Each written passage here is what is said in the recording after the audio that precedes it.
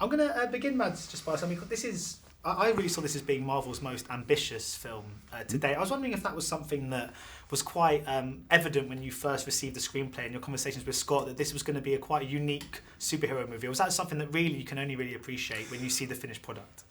Yes and no. I mean, obviously, nobody starts out with a film saying, I'm going to be less ambitious than the latter film, right? So of course, they were very ambitious. But I had a hunch it would be because I knew the comic books.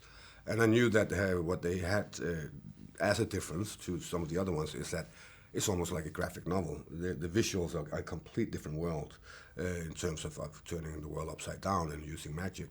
So yes, I had a fairly good hunch if they want to bring that to life, they would have to go somewhere else. Because, I mean, the effects are incredible. I think there was one scene in particular which looked like it was shot just around the corner from here. It was. Yeah. It was just around the corner. Yeah, which is it's sort of mind-blowing. I mean, it must be amazing for you to watch the film back and see how it's all been put together. Absolutely. We've been working with a lot of green screen and a lot of imagination. And even though they showed us a little animated version of what we were doing, that can never compare to what they finally came up with here. And it blew me away. I was flabbergasted. I mean, there's some scenes where you're kind of acting opposite, sort of Tilda Swinton, Chiwetel Ejiofor, Benedict Cumberbatch. I mean, this kind of transcends the kind of original expectations some people have about superhero movies. This is a really kind of serious piece of filmmaking. Did it? It must have felt like a real dramatic sort of endeavour, I suppose. Yeah, I think so. I mean, and fantastic actors, but I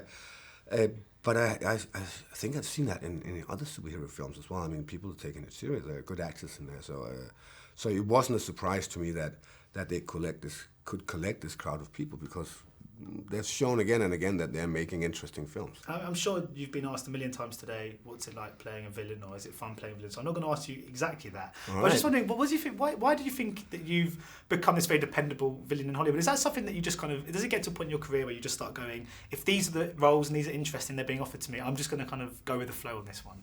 Yeah, to a degree. I mean, there's certain things I have turned down throughout my career. I mean, the few villains I've played, they are very different. I mean, the one in Casino Royale, for Hannibal Lecter and this guy, I mean, they are very different universes.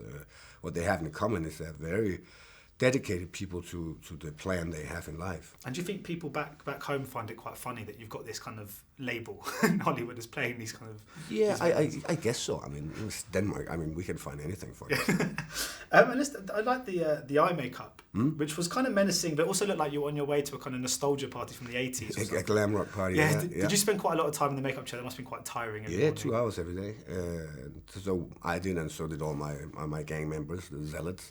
2 hours of nice relaxation and go and dream somewhere. And did you get glitter? Was there glitter in there? Because it looked like there was... Not at all. I mean, it's painted on. It doesn't glitter. And then, of course, Rogue One is a film you've got coming up.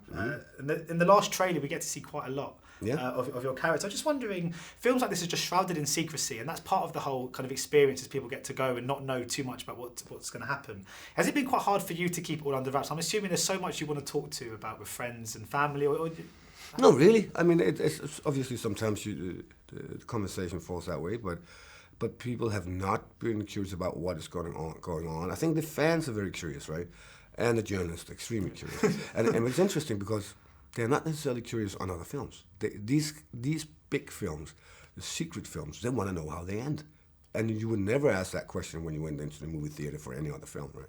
It's true that there is something about Star Wars. I remember a lot of the people, those that were in Force Awakens, I don't think they quite realise quite the impact it has on people around the world. And does this feel a bit like The Quiet Before the Storm? Because I'm assuming the publicity and stuff, that's all going to kickstart quite soon for you.